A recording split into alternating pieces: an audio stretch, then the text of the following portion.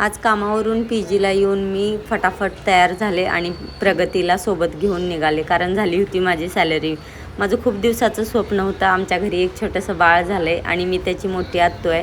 So मी आता घरी जाणार आहे. त्यासाठी मला खूप सुंदर एक वस्तू घ्यायची होती की ते खूप दिवसापासून माझ्या मनात होती की मला त्याला घ्यायचं आहे. त्यापेक्षा मोठी वस्तू घ्यायची होती, पण माझं बजेट थोडंसं म्हणजे तुम्ही समजू शकता, रेंट वगैरे द्यावं लागतं पी जीचं, म्हणून घेतलं.